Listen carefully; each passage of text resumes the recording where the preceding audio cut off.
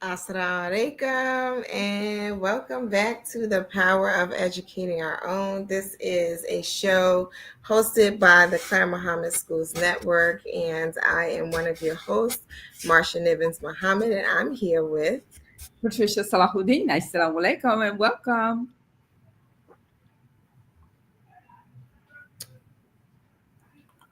Sister Karen. You're on mute, so we're going to get you off of mute. There you go. Yes, thank you. And Quran Shakir, welcome.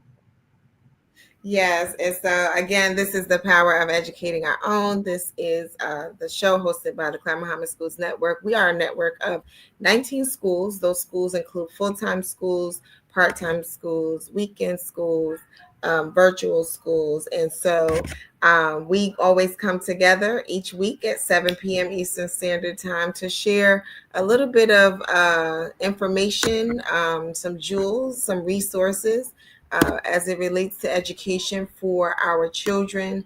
We also seek to strengthen our school system, right, in our network of schools to make sure that we all have the things that we need in order to be at the best possible place that we need to be in order to educate our children. And so today is no different.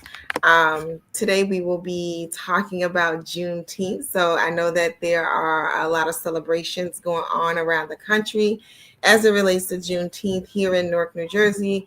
Well, actually, I'm in Jersey City, New Jersey, but my masjid is in Newark, New Jersey, and we did have in this local area today a Juneteenth celebration, and I'm sure that that's happening around the country.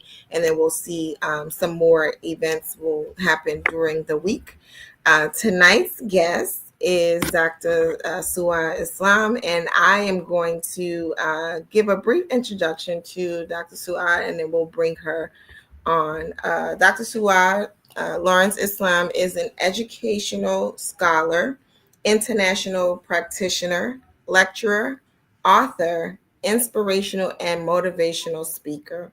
She has 44 years of service to public and private school systems, organizations, businesses, and universities in America and abroad. She has committed her professional and academic careers to the global expansion of outstanding educational, literary, cultural, and civic engagement opportunities for all.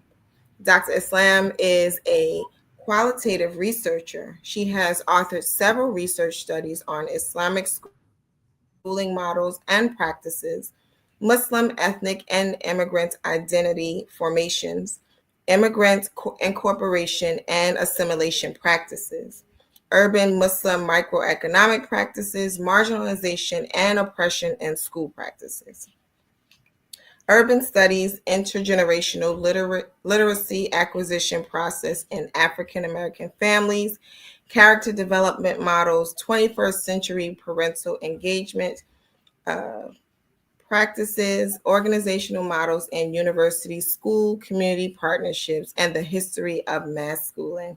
Our sister is dynamic. She has presented her research studies at academic conferences in the United States of America and abroad. Dr. Islam has authored and published several books. The title of her books are Nobody Loves Us and We're Not Okay, the cookbook series, More of My Mama and Me Cook. I love that. And My Mama and Me Cook, the Leveling Up Literacy Resource Guide for Home and Schools, 30 Days of Ramadan Dua Book, Supplications from the Heart Dua Book, and the Ramadan Cookbook. She also created the Islamic Knowledge Trivia Game. Ooh, that sounds exciting.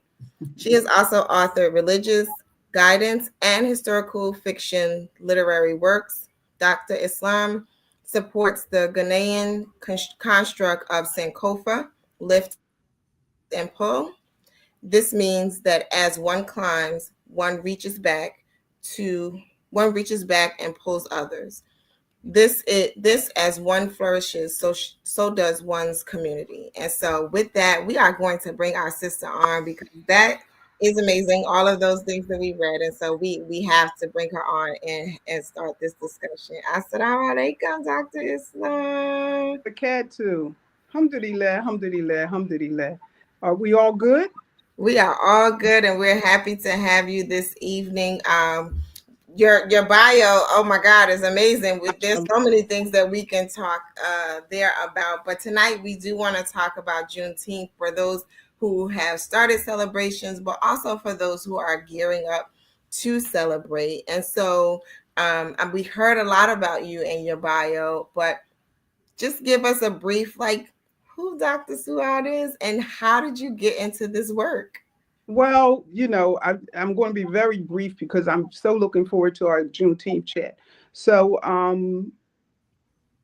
all of my academic pursuits were endeared by really pressing questions I had. So each particular degree or my studies or development was fed by a question, a query that for me had to be answered in the university, in the academy.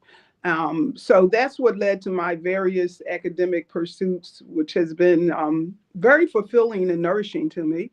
And I just have committed my life to try to push out knowledge and support our communities, wherever my community is. I have a global community, and I just try to support all kinds of endeavors to enrich the society as I can.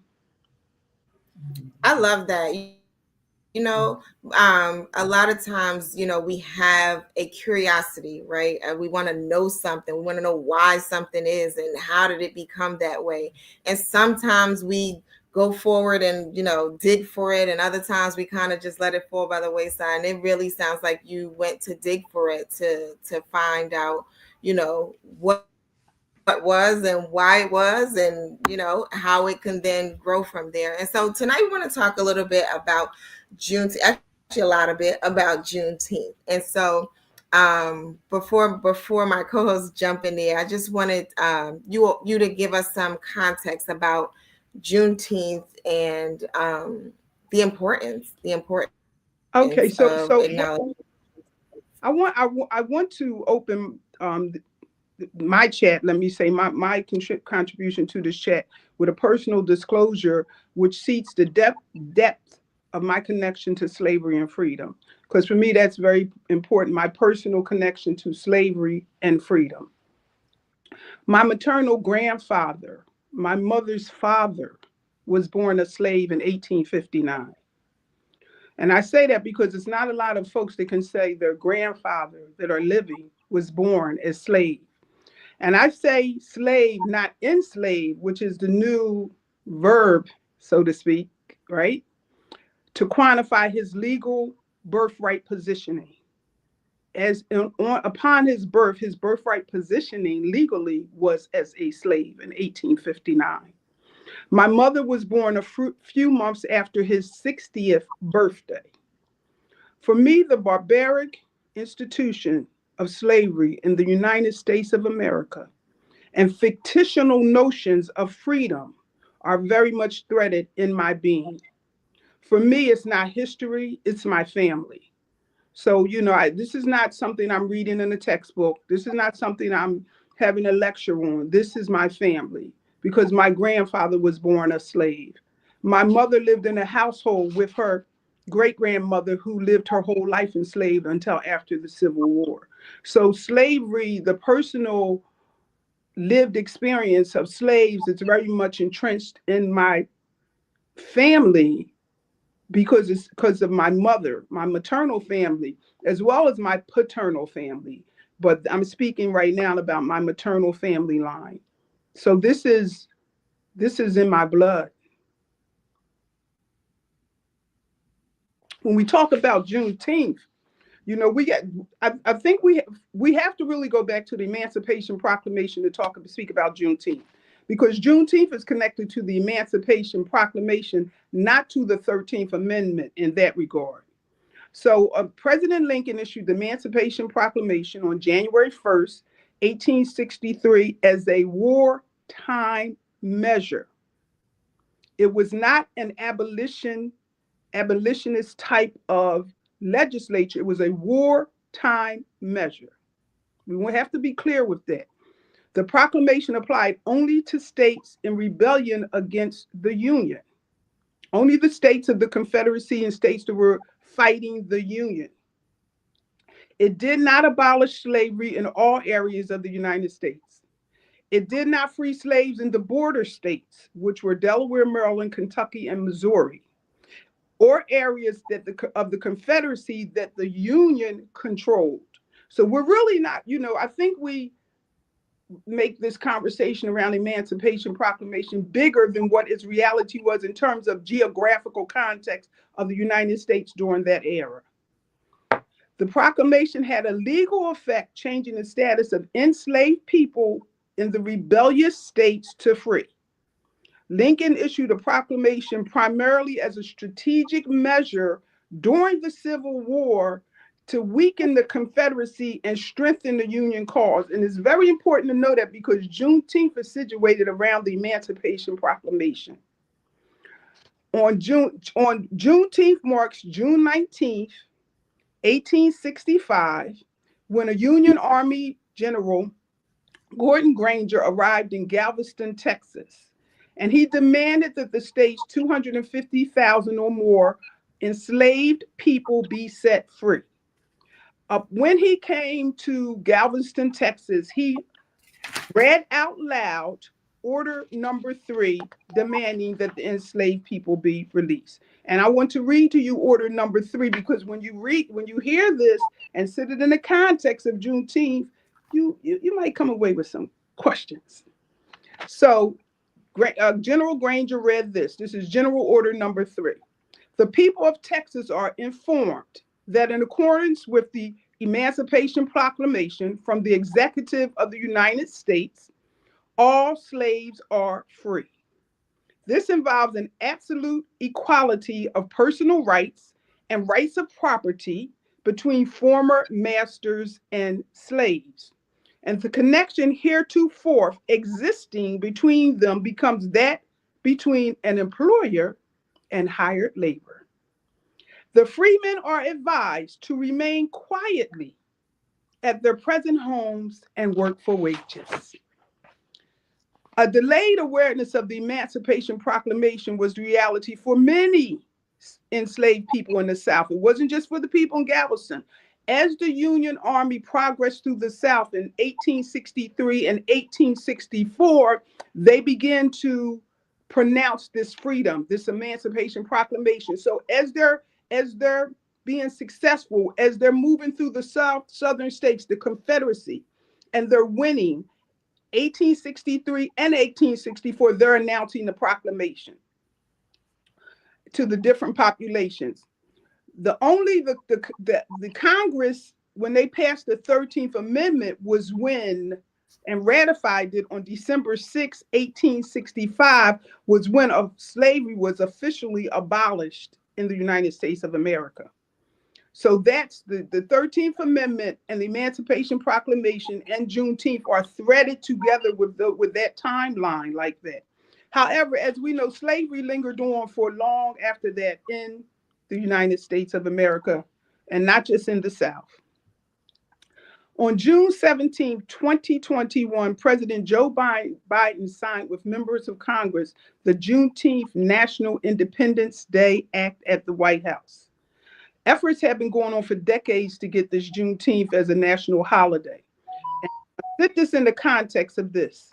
The momentum gained in 2020 and 2021, leading to that official notice of the Juneteenth as a federal holiday. So when I think of that, and I think of what was going on in America in 2020 and 2021, and all of the Black Lives Matter, and all of the protests, and all of the furor that was going on in the country, couple that with the COVID pandemic, and couple that with the uncertainty that was, what do we do? What do we do with these Black folks? What do we do? What do we do with the, everybody standing on their own? And then I see Juneteenth become a national holiday. It concerns me. So what was the impetus for the Juneteenth being a national holiday at that point in time? Because for decades they had tried to pass it as a national holiday. The grandmother of Juneteenth, Opal Lee, she would walk, she would do everything to try to get it passed.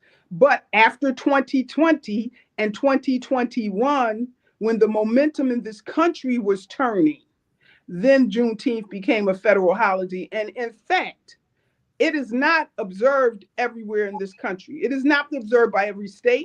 It is not observed by every locale. It's very much the same way, with all due respect, Reverend Dr. Martin Luther King's birthday went through the same kind of thrust. If you recall, everywhere doesn't observe it. So while it is a federal holiday, states can make it a swing day, an opt-out day, or whatever, and some states don't even acknowledge it. So we can't get duped by Juneteenth being observed as a national holiday.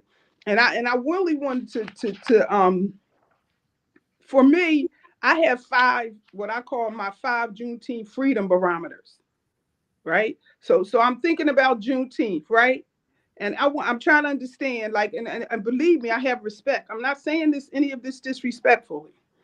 So when I think of Juneteenth and I think of freedom, it's 5 things, and I could have listed more, but I said I'm gonna cap it at 5 for the sake of the conversation. So it's 5 things that came to my mind.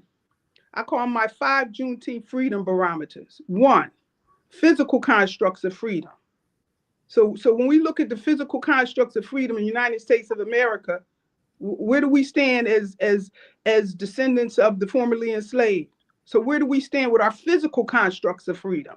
Whatever that physicality can mean to you, where do we stand as free people in this country? 2, economic constructs of freedom. Now we know where that is, right? Our economic constructs of freedom when we built this country, and I'm not going to go deep, Sister Clara, I'm not going to go deep. Okay? So we know on whose back this country has flourished. But the economic constructs of freedom, where are we with this? 3, educational constructs of freedom. We know education is directly connected with emancipation, freedom, whatever way you want to quantify it. We know education is directly connected to where you can go, how far you can go, how you can go, when you're going to go. Every dynamic of lift is connected in so many ways with education. So where are we with our educational constructs of freedom in the United States of America? Where are we with the practical, not theoretical constructs of religious freedom in this country? I said practical, not theoretical. We know the amendments, okay? But I'm talking about the practical constructs of religious freedom in the United States of America. And I'm going to pause here to show you the reality of this. Even now, on Friday that just passed, I was in a restaurant minding my business, and a young African American with his Caucasian schoolmate came over just really to show him he could aggravate somebody. I'm not going to get into what he said to me. He said something to me. I just ignored it. I'm going to ignore this little kid, right? I go around in the restaurant. He comes up to me again with the same kid, and it's about, I'm not exaggerating, 20 or whatever the schoolmates in this restaurant.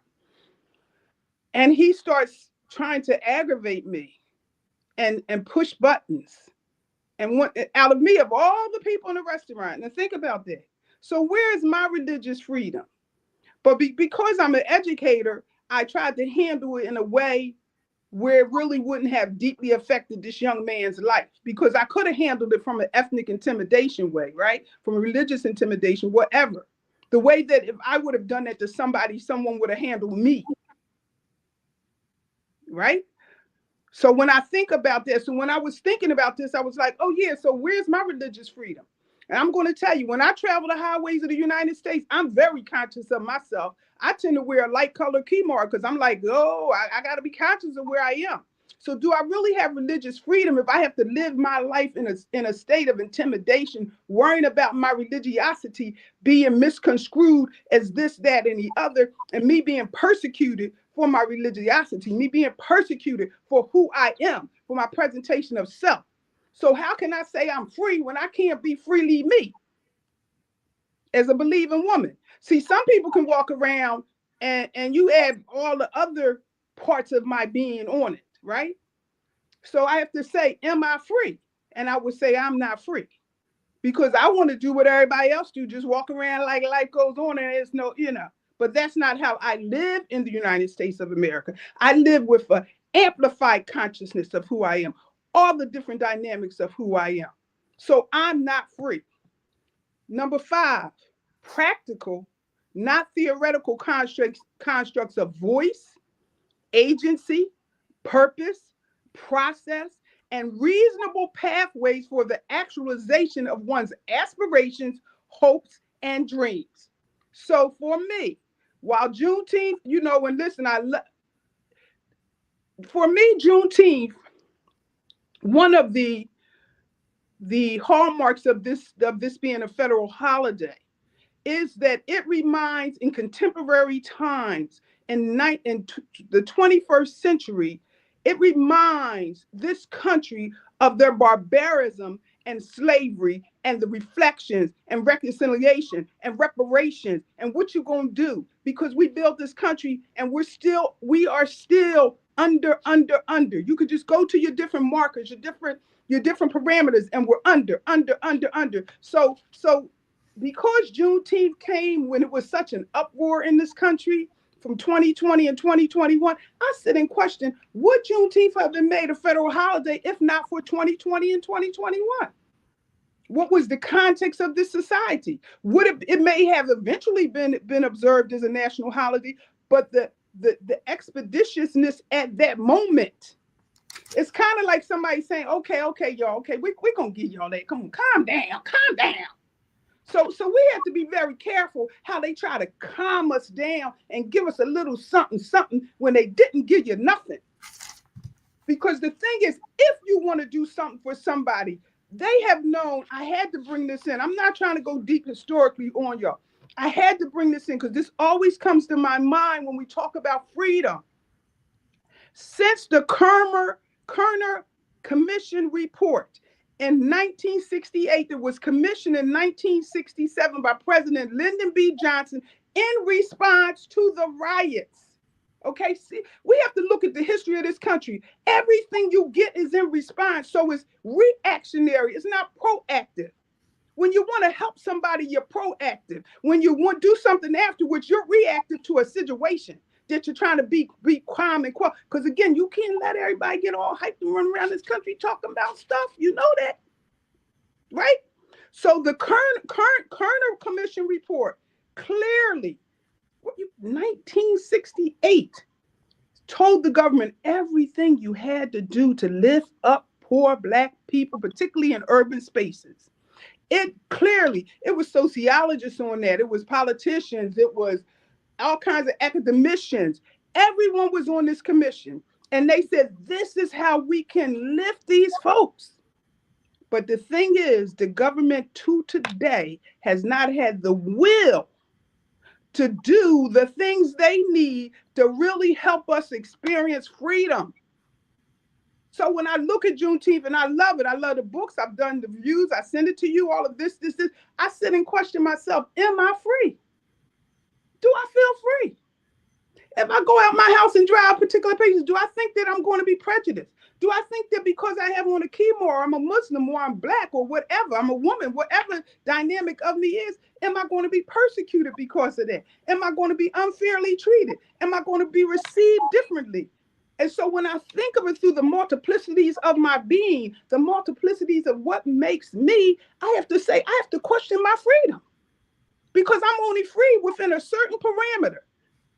That's when I start expanding it out, I start feeling those chains. You start feeling like, whoa, let me stop. Because if I go too far here, I'm going to pay a price. Whoa, let me stop. I'm going to go too far here, I'm going to pay a price. If we can't travel about this land absent fear of any kind of thing, then how are we free? Now, of course, when you think about our history and think about where we are now, yes, things are different for sure. Things are different, and we've made some progress in this. But I don't want to be placated with a holiday and I don't have no real freedom. I don't want to be placated in the educational system for so many people of color is inadequate. It's inadequately funded. It's inadequate on every dynamic of inadequacy. When I can go 5-10 miles and see an exceptional school district for people that aren't like me or my children or my community. So I have to question, what kind of freedom are you giving me? Because if you really wanted to help people, you would help them lift. And central to lift is education. Central to lift is education. And we go around and see these antiquated buildings. I look around Philadelphia and I'm like, why is somebody going to a school that was open when my mother was born? Why are we going to schools and they had some kind of celebration here, a 100-year-old school. You shouldn't be going to a school building that 100 years old. It's no way that school building is efficiently up to code and can efficiently educate someone for a 21st century life. The flux of vocations. How is your school going to adequately support that kind of development, that kind of holistic development? So I have to question, well, if you don't educate your people, you can't talk to me about freedom. Because that's at the core. We know, going all back to Frederick Douglass, we could start naming our people, right? Frederick Douglass, we could go through the list. Education. And this is why we have to lift ourselves up, because it ain't nobody coming to help you. You think Superman, you think the government, you think this. And this is not something that just started with Trump. This is, what did I say, 1967. Okay? So we have to understand, we can't get placated by them giving us a federal holiday that people don't even observe, right? You have an option. Do I want to buy into this construct? I'm talking the governments have options. The state level governments have this kind of leeway. Well, you can observe it like this, or you can observe it like that. It's sort of kind of holiday. We got to get them people back. Come on, when they was all hyped in 2021, we got to bring some calm to this situation. Give them Juneteenth. And listen, I'm just being honest. So we've heard about how Juneteenth came about. Now we have to ask ourselves, is it really our Freedom Day? And I'm going to pause right there and give it back to y'all. I want to say that the part that I just want to hang on to is that part that says we have to lift our own self up and we have to teach our own children. We have to be responsible for our own education. We cannot wait on someone else to do it for us. Thank you for saying that. Most welcome. I love that reminder also. And what I really love is the truth being told, because we get caught up, like our country, in the fluff. And so now you allow us to go deep and to analyze the why. Now we got to go back to 1967 and 1968 and dig it up and look at it, because if there is a plan, then we may need to be the ones to implement it. So I really love what you're sharing here with us. And I think probably what I would want our listening audience to hear next would be, what should we be doing as we delve and get this research ourselves? What should we be doing in our communities as an example of celebrating? So one of the things, to me, when I think of celebrations, and by no means am I saying don't celebrate Juneteenth, don't honor Juneteenth. That is not the discourse I'm pushing for. I'm trying to go to the level under that. Okay, I'm not trying to just deal with parties, gatherings, family, parades. That's not what I'm speaking towards. I believe that all of those things are things that can be supported, because first of all, in our cultural framework, we are people of gatherers. We are people that celebrate. We are people that honor. We people that reflect. So we should partake in those as you choose, right? Because it's your decision, as you choose, as you find meaning. So as you find meaning in Juneteenth, search for your meaning in Juneteenth. Someone else, all of our meanings in Juneteenth is different. So I would say you could search for your meaning in Juneteenth and actualize yourself in whatever kind of celebratory or reflective or whatever way you choose in that regard. You know, I'm not, by no means am I saying, you know, that I was speaking as far as on that other level of, you know, the ways we get duped in this country to think that you have something when you really don't have nothing, you know, or they give you a little Yes, something, but I not hear total. you. I hear you, Dr. Islam. And I'm saying to us, though, we redefine what celebrating looks like for us, For sure. because we And don't want to just have the watermelon celebrations that we used to right. have. You know what I think would be beneficial, just like what we're doing now. I believe that forums and conversations are beneficial. I believe that people going deeper than that tertiary celebratory process are what we need, because in that we can educate, we can grow, we can learn, and then we can apply, Mhm. right? And then we can put our own spin on it, because we have to keep in mind Juneteenth was for initially for Galveston, Texas. You have to look at the origin. So of course in Texas it's a big deal, right? And I'm not saying it can't be a big deal in other parts of the country, but we have to be clear that that was not the abolishment of slavery. Did not occur on June 19th. It did not occur on June 19th. So we have to be clear with what we're celebrating. Okay, now we want to say we're celebrating our people in Texas doing that, okay, in all the places, but the abolishment of slavery came with the 13th Amendment, which was ratified later that year. And contrary to what a lot of folks think, it was northern states that didn't vote for the ratification of it. You know, we have this kind of gazed, romanticized understanding of the North. Like, no, the North was where everybody was free and they supported everything. And the slavery could not exist without the industrialized states of the North. The raw materials were in the South. Those raw materials were turned into other forms of materials and commodities that were sold in the North and all across the world. New York, key, paramount. All those institutions in New York that still exist, some of the financial institutions that still exist were directly linked to slavery. Part of this where it is still economic engines benefiting from slavery to today. To today, when we're celebrating Juneteenth, it's people that are making that are gaining, having fiscal gains still from their ties to slavery. So we really have to start unpacking things. We just can't take things on a superficial level, because then we are not going to be educating ourselves to our true history.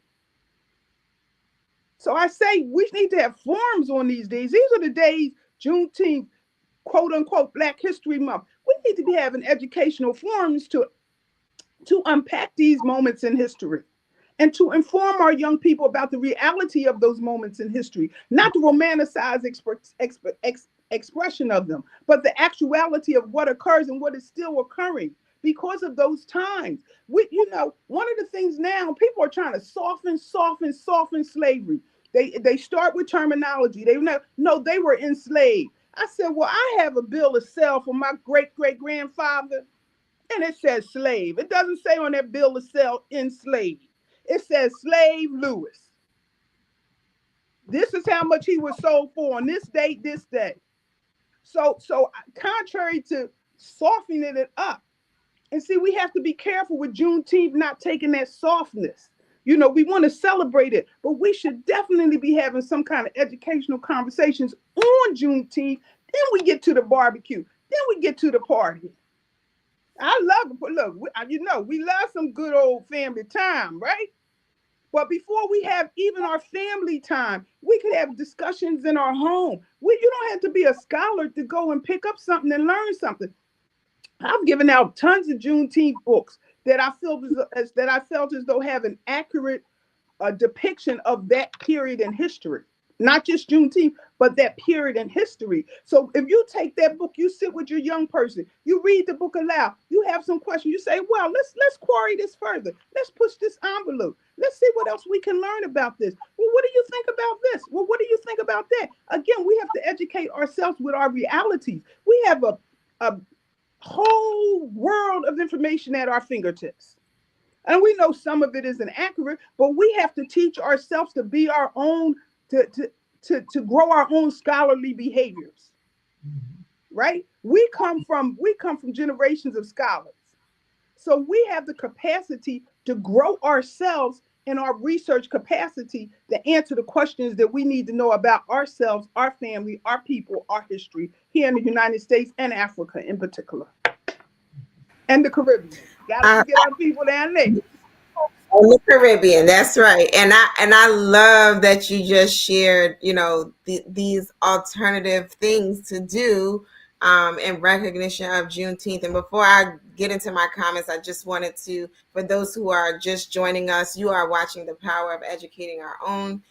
This show is facilitated and hosted by the Clara Mohammed Schools Network, and tonight's guest is Dr. Suad Islam, and we are talking all things Juneteenth. And so, back to my comments about what you just shared. I thought it was like spot on, right? Because I remember this was probably like maybe 2 weeks ago, maybe even three, right? I was looking online, maybe it was a Facebook, Instagram, I'm not really sure, and they were promoting a Juneteenth bar crawl, and in my mind, I was saying, well, what that got to do with June?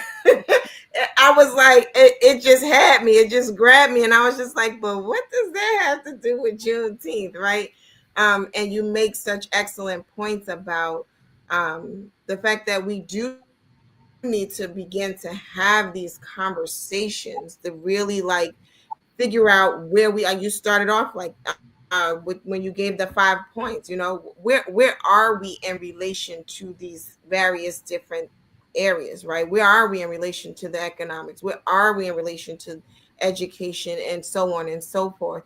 And it's just valuable to be able to talk about that stuff, because then how do you lift, pull all of it? How do you do it if we never talk about it, if we just always party about it? And like you said, we love a good shindig, right? However, we do have to look at our situation and really figure out where we are. Are we in the same place we were in last year? Right. Do we even have a goal for next year? If so, what is it? What does it look like? How do we get there? Right. All of those sorts of things. So I really, really appreciate you for sharing that, because we don't stop often enough to examine those things. And can I add to the point you're making, that for me these are things that we've moved away from, because historically the formerly enslaved in particular always used every moment that they could to educate. They were denied education. They were denied education after their freedom. They were denied education for hundreds of years, right? So every opportunity that they gathered, right, they did some form of education, some form of teaching and learning, right? Some form of apprenticeship and purpose, right? So this is something that we've moved away from. We just want to get the party on. Like you said, a ball crawl. I'm going to crawl from this bar to that bar, get my juice on. Okay, this is not a prohibition celebration. Okay, it's Juneteenth. We're not celebrating, okay, prohibition's been lifted, I can get my juice on. So but you see how we have to get back to our cultural narratives. We were people, and especially formerly enslaved. They were so committed to learning and growth, because that was something that escaped them, that was denied them. So when they did gather, they would make photo albums with poems and photos and take them to their gatherings and have conversations about books and literature and whatever little tidbits of knowledge was going around their little community. That tidbits of knowledge was expanded. When you look at historical newspapers, on the front of them, they would have the alphabet. They would have particular manners and ways of being. They would teach you how to move through this society in a way that might help you get to the next level. When they gathered together, they would tell people, well, this is where you should work. Well, this is where it was these gatherings of fellowship and knowledge, and lift and lift and lift. We have moved away from our independent personal lift of another. We keep on waiting for some organization or some governmental agency or some to lift, when we all have a capacity to lift someone else up, and whether it be a way that you think is minor or major or whatever. We have to use our knapsack toolkit ways of being that got us up out of Reconstruction, because that was a very difficult time for Black folks. The Black codes, Jim Crow. We would, during those times, we depended more on each other for education and knowledge, because the system wasn't educating us. The systems weren't giving us lift and agency and opportunity. The systems weren't giving us voice and capacity. The systems weren't giving us purpose and process. We were giving that to each other. We could rely on each other. Okay, when I get down, I know I could call Sister so and so. She gonna tell me some good words. She gonna tell me something, and I'm gonna be good, and I'm gonna go. Or they're gonna tell me, no, you don't need to go over there. You need to go over here. Or they're gonna sit there and say, we're gonna have a prayer circle, or we're gonna have a reading circle, or we're gonna have an art circle. Or bring your child over here. I'm gonna watch him. You don't have no food. Come on over here, sugar. I got you. We have moved away of our way of community lift, our individual way of community lift, because community is made up of individuals. So if as individuals, we don't see our capacity to lift another person, then we still are waiting for Superman. We have to, when we talk about educate ourselves, that's a myriad of ways. That's not just one, that's just not the formal application of teaching and learning in schools. That's a day-to-day, moment-to-moment process. That's okay. Let me think of an idea and see how far I can push it. And the other thing that we have to come back to is sometimes it involves taking some of your money, some of your time, some of your skill sets, and sharing with other people with or without fiscal benefits. Okay, we can't get so caught up in our personal lift that we lose sight of our communal lift and the obligations we have to one another as human beings. We have an obligation to lift each other. And particularly when you talk about Muslims, we have an obligation to lift one another. We are commanded to look after people, the poor, the orphans, the widows, the immigrants. We are commanded to do these things. It is not an option. We've made our commandments optional. We are told, help the poor. You can't just walk by somebody poor and not help them.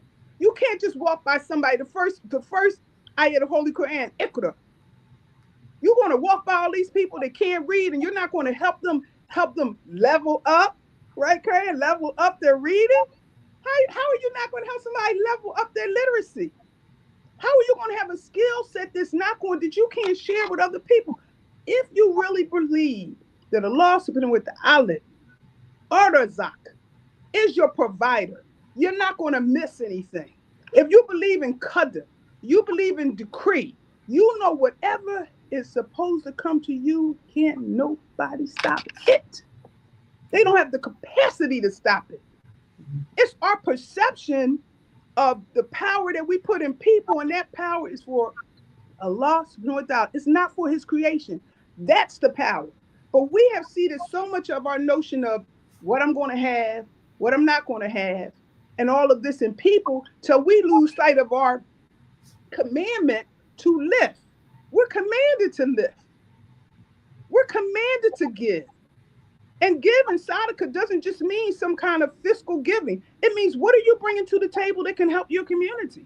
What skill set can you bring that can be of can uplift other people? I taught a group of boys that couldn't read to read, and I said this. I coined this, and it has stuck with me since then. Emancipate a mind. Teach a child to read. Teach someone to read. Emancipate the mind. So when we talk about freedom, do we have the emancipation of our intellect, our cognition, our ability to reason? Is that free? Are we shackled to capitalism, this society, and all the things that it says that tells us you can't help that person because you got to help yourself first? Now, we know in an airplane, you put your air mask on first. We know that, right? But it's sometimes when you be like, they look like they really need a little bit more than me, right? And sometimes you got to do that, right? And we know that what? Allah subhanahu wa ta'ala, he's going to take care of you. He's going to take care of you. Because Allah subhanahu wa ta'ala has promised. He's promised that he's going to take care of us. We have to, so much of this is seated when you talk about the Muslim perspective of Juneteenth. So much of this is seated in our iman, our taqwa, our understanding of relationship with Allah subhanahu wa ta'ala. Your understanding of your understanding of your relationship with the ultimate provider. And so when we really begin to understand and unpack our relationship with God, then we really have a clear understanding of our path and our relationship with his creation and what we need to be doing and how we need to be doing it. And then we just create plans and roadmaps. This right here this is what you all created. You all came together and said, wait a minute, we need to do something. Well, let's do this. Let's do that. You know, you pulling people. I call Majid Abdul Kareem. I got to call out. I call her the people and person purpose connector. People and purpose connector. Mm-hmm. Because she is very astute. She has what kind of Rolodex she had, right? And she says, wait a minute, I know the person you need for that.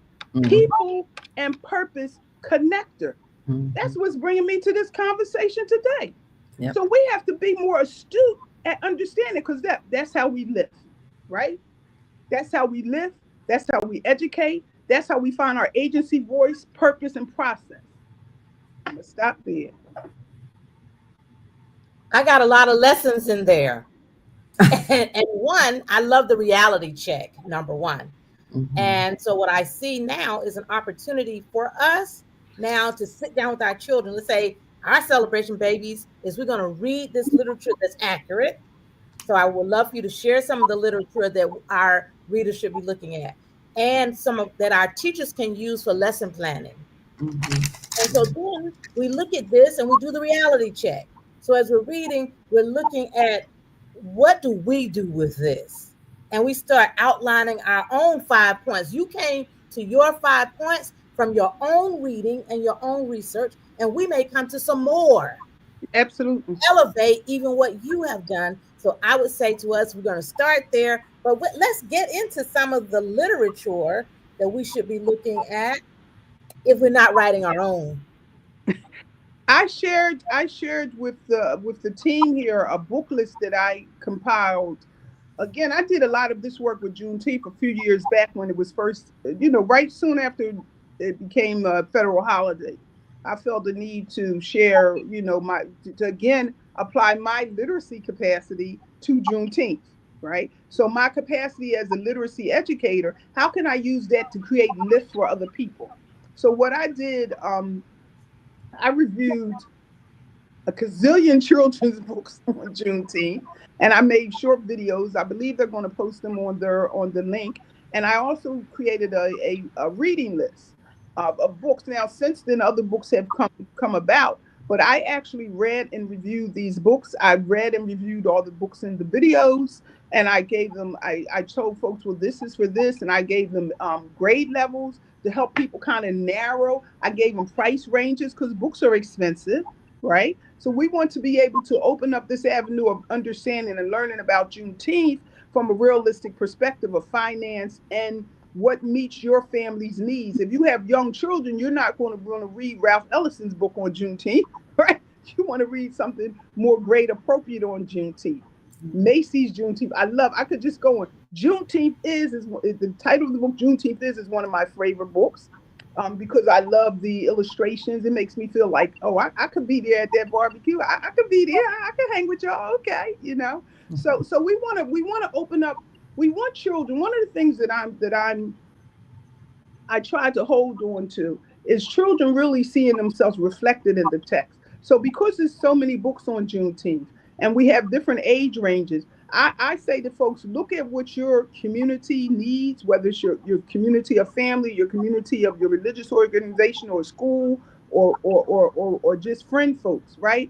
See the age levels and grades that they are and try to pair the readings with that so the young folks can find meaning in them. And I have adult books on there as well. Juneteenth is I believe she might have won the Pulitzer Prize. I don't want to go too far, but it's an award-winning book for adults.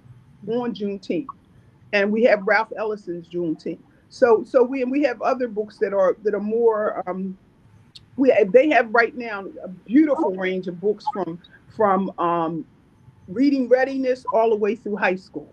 So it's an abundance of books available that can help you situate the conversation. I mean, if I was having a barbecue, I like to gift books, and I would if I knew I always try to get RSVPs for things because I like to give out gift bags. And my gift bags I like to be aligned with that particular guest in my home. So if I had folks that had teenagers or this one or that one, I would put that book in that gift bag for Juneteenth that align with that particular grade or age level of that guest.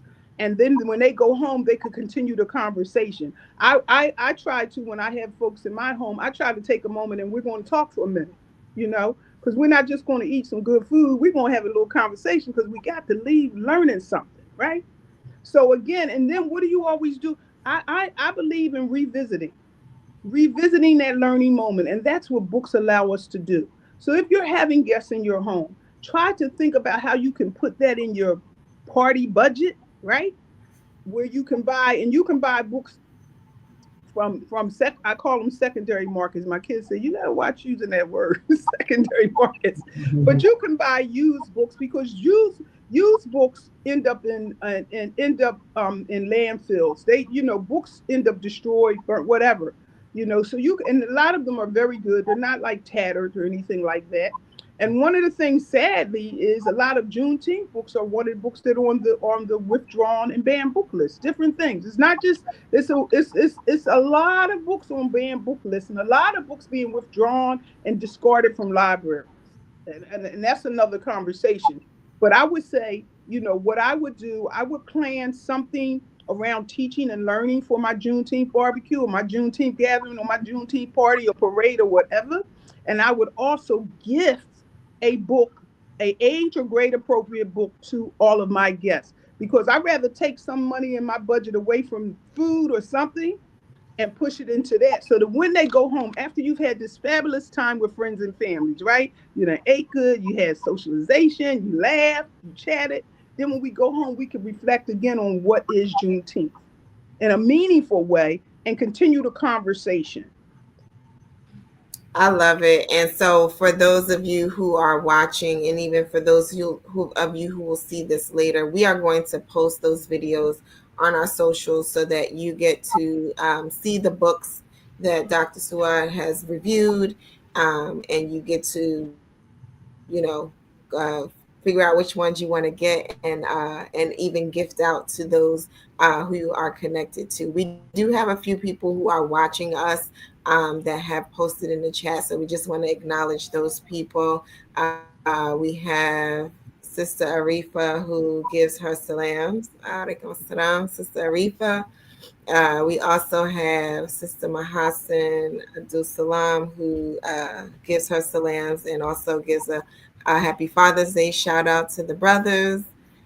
She also has a question, and so oh, sorry, it wasn't that question. Here's a question. Are we freed from the expectation as Muslims of anticipating someone giving us our freedom? And so we talked a little bit about that earlier, about this notion of someone else giving us the thing that we are looking for. And so what say you? Are we free from the expectation as Muslims of anticipating someone giving us our freedom? Well, I think again, I tried to word my 5 points. I said practical and theoretical, right? So Mm-hmm. we know theoretically, we know Allah subhanahu wa ta'ala is our freer, right? But I'm talking Right. about a practical life of Hayatul Dunya, while we're here on this life, in this world, particularly in the United States of America. So the notions of freedom in that regard, I do feel as though we have we definitely have a right as Muslims for, because we are told about, we have a right to insurrection, because we have a right to not be oppressed. And in the United States of America, your freedom is connected to oppression, because the manifestation of not being free are all the oppressive things being that you experience, and all the marginalization you experience, and all the disenfranchisement you experience. and all the ways in which your citizenship isn't equal to citizenships of people of other races, quote unquote races. So in that notion, we definitely have a right, not a right, we have an obligation to seek our freedom because, again, we are told how much a loss from the dollar hates oppression. And life in America for many people of color is oppressive. It's marginalized, it's disenfranchised, it's underserved, underclassed, every kind of under you can experience. So then I would say I have an obligation to lift myself out that condition. That doesn't mean that people are going to still free me. It means I have an obligation to my own insurrection of self and whatever that means to me in my capacity and my situation.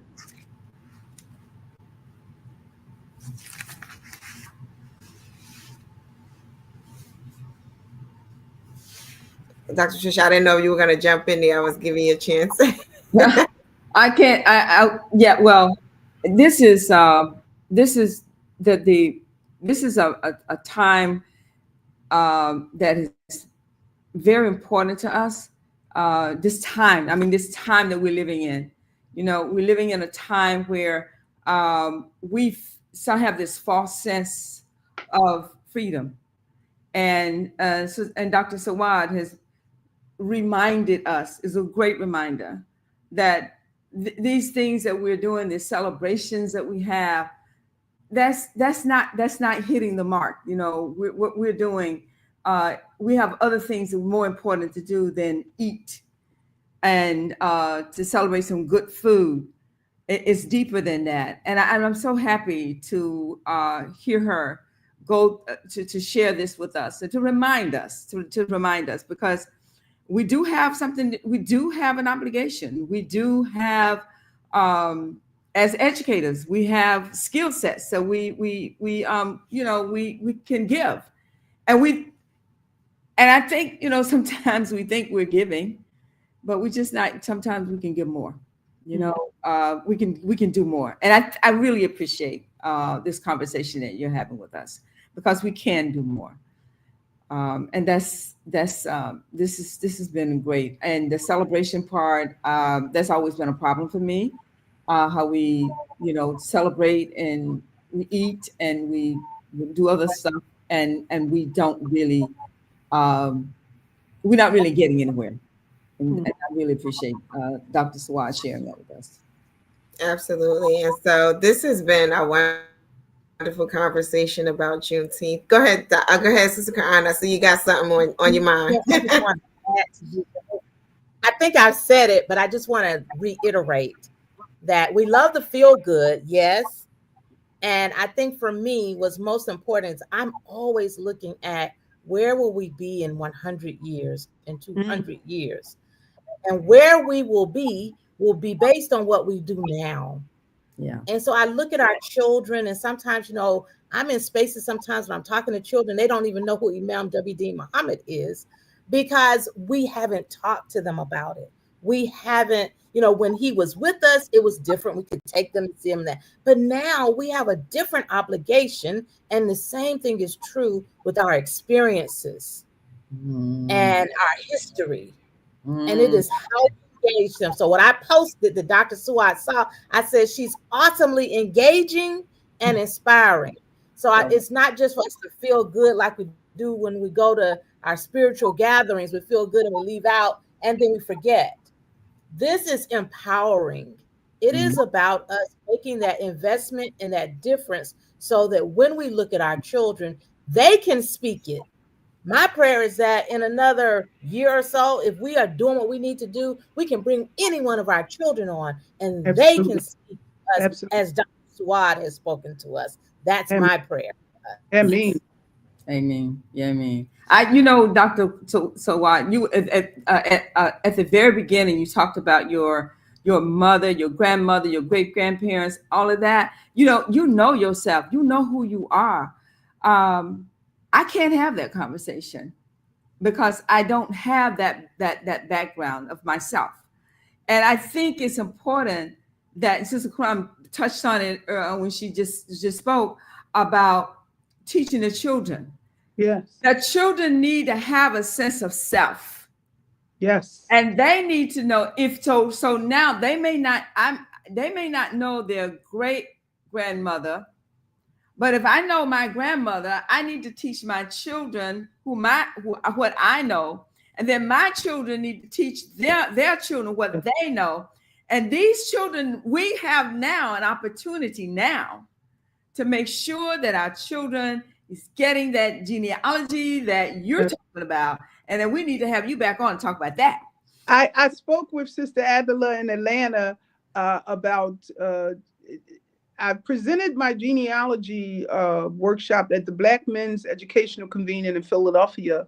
Past November was fabulous. Inshallah, I'll be speaking at the University of Buffalo next month at their Black History conference, and I will be doing a genealogy workshop. It's how to, and basically it shows you how to conduct your own genealogy, and it's very beneficial because it empowers you to understand who you are. Yes. Who you are.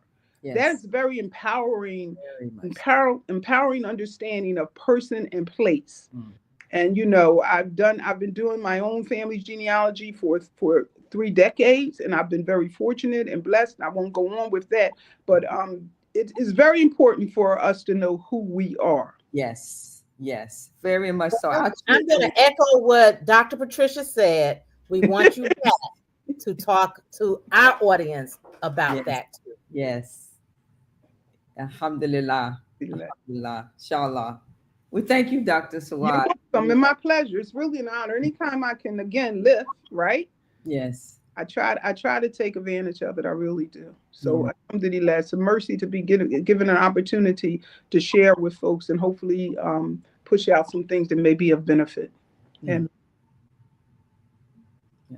we really, really appreciate you. Thank you. We give praise and thanks to Allah for you. And then you're sharing it with us, and it's empowering to us, it's enlightening to us, and inshallah it will go back. We will move it forward, right, Dr. Clara? So we'll move it forward. We'll be moving it forward. We really appreciate you. You're welcome, and please try to post the book list if you're able to PDF. Okay. Inshallah, we definitely will. So, Dr. Suad, as we have come to the end of our hour, is there anything that you want to say as your closing comments before we close out? I think we covered so much. I would say, as we do with any holidays, find your place in the holiday. You know what I'm saying? I believe in people situating themselves in that context. So wherever you find your comfort zone with Juneteenth, do you, but teach you. I believe that education should be paramount in whatever you do. If you do it, wherever you find yourself, celebrate it in that regard. But try to educate others and educate yourself in that way too. It's so important. It's so important to understand why we do what we do. And I'll leave on that. Amen. We appreciate that. And Marsha, we're going to turn it over to you to do the closing comments, ma'am. Absolutely.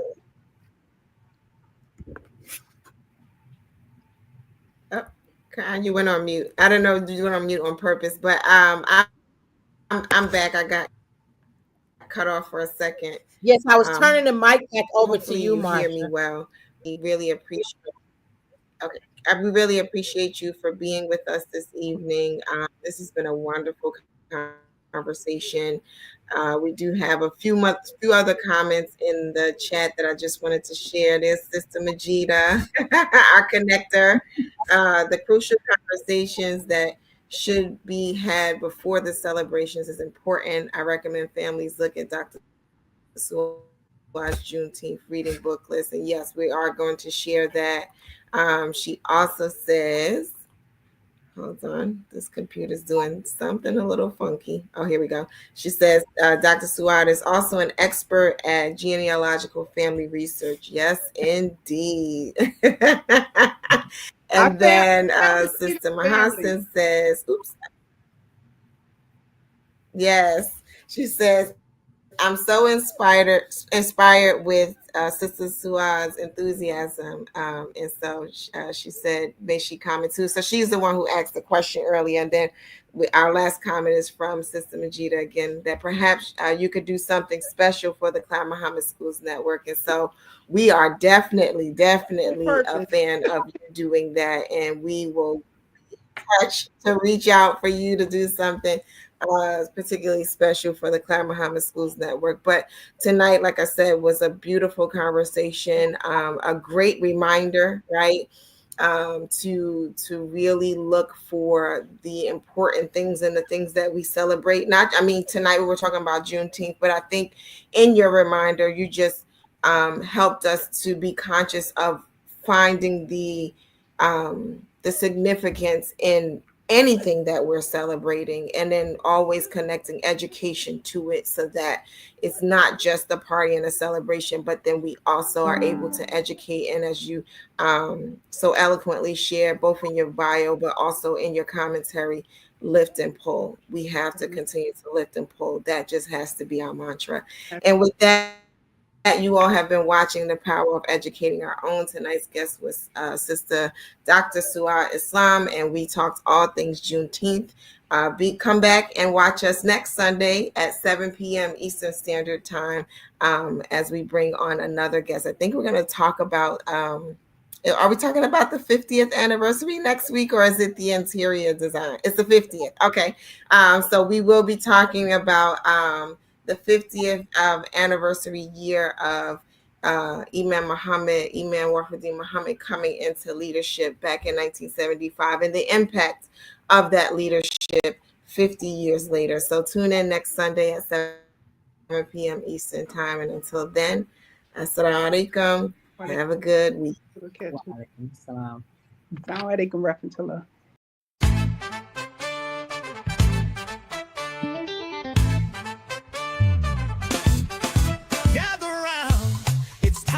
Cheer, 50 years of love and light, we're here, celebrating legacy, shining so bright, Imam W. Dean's vision, guiding our flight. Hey, it's the IWDM 50 strong in, a journey through the past, where dreams transcend, from his wisdom we rise, we thrive, honoring the legacy, keeping hope alive.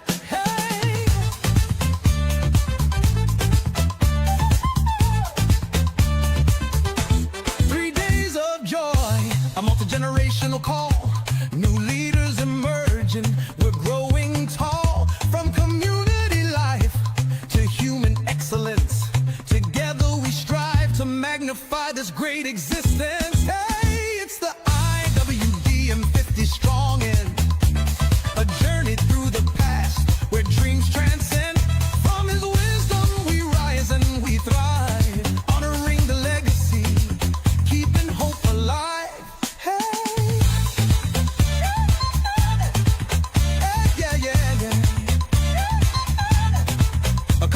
Extravaganza, performers on stage. Come celebrate our story, help us turn the page. With every heartbeat, we work and play. In the spirit of unity, we chart our way. Hey, it's the IWDM 50 strong in, a journey through the past where dreams transcend. From his wisdom we rise and we thrive, honoring the legacy, keeping hope alive. So let's raise our production and let the world know Imam W. Dean's leadership will forever glow.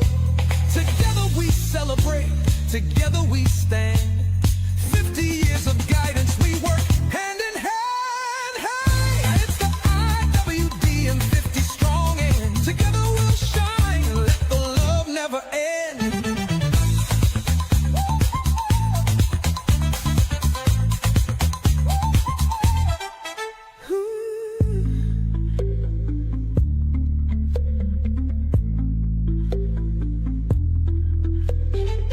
So let's raise our production and let the world know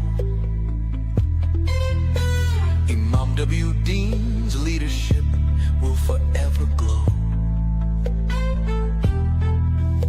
Together we celebrate, together we stand. 50 years of guidance.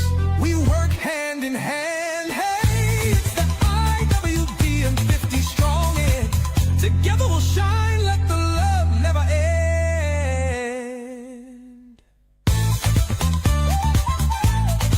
Oh yeah, yeah. Oh, oh, oh.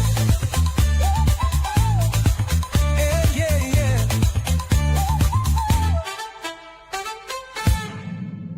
Say it, I know you've been waiting for it. You've been waiting for me to say it. We cannot be stopped now.